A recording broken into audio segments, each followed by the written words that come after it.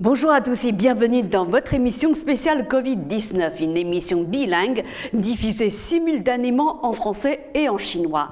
大家好，欢迎收看抗疫专辑，这是我们用法文和中文同时播出的双语节目。Le président Macron souhaite que les Français restent chez eux pendant au moins 4 semaines à partir de jeudi soir minuit, mais il leur demande aussi d'aller travailler. Eh bien aujourd'hui, nous allons aborder 3 questions concrètes. D'abord, quelles activités continuent pendant le confinement? Ensuite, quels secteurs d'activité seront fermés? Enfin, de quel justificatif faut-il se munir pour sortir de chez soi?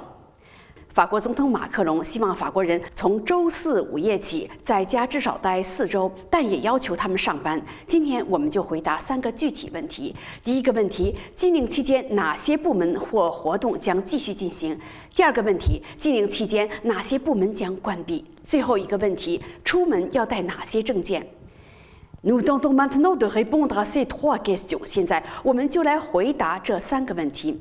Première question, quelles activités continuent pendant le confinement? En principe, toutes les entreprises, tous les secteurs peuvent continuer à exercer leurs activités, notamment les commerces indispensables comme par exemple les supermarchés et commerces d'alimentation, les blanchisseries et teintureries, les services funéraires, les banques, les réparateurs automobiles, les commerces d'équipements informatiques, les pompes à essence, les pharmacies, les hôtels et les opticiens. Resteront ouverts aussi les crèches, les écoles primaires et les lycées. 第一个问题，禁令期间哪些部门或活动将继续进行？原则上，所有部门的所有公司都可以继续开业，尤其是与人们日常生活紧密相关的场所，比如超市和食品店、洗衣店和干洗店、殡仪服务、银行、汽车维修、电脑设备维修店、加油站、药房、酒店、配镜师。另外，托儿所、小学和高中也将继续开课。Deuxième question, quels secteurs d'activité seront fermés? Eh bien, ce sont les secteurs qui reçoivent du public, par exemple les bars et restaurants, les lieux culturels comme le théâtre, le cinéma, les galeries d'art, les festivals, etc. Si les crèches, les écoles primaires et les lycées sont ouverts, les facultés et grandes écoles sont priées d'en passer par les cours en visio。第二个问题，禁令期间哪些部门将关闭呢？回答是所有接待公众的公共场所，例如酒吧和餐馆、文化场所，如剧院、电影院、美术馆。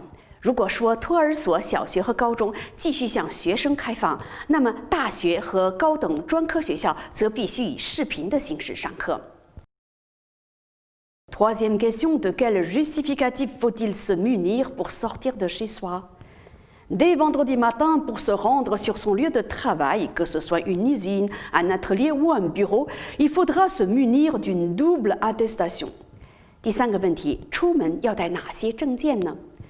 从星期五早上开始，如果要到工作地点去，无论是工厂、车间还是办公室，都需要提供双重证明。D'abord, l'attestation de déplacement dérogatoire et individuelle. Elle devrait être disponible dans la journée. Vous la trouverez sur le site www.gouvernement.fr.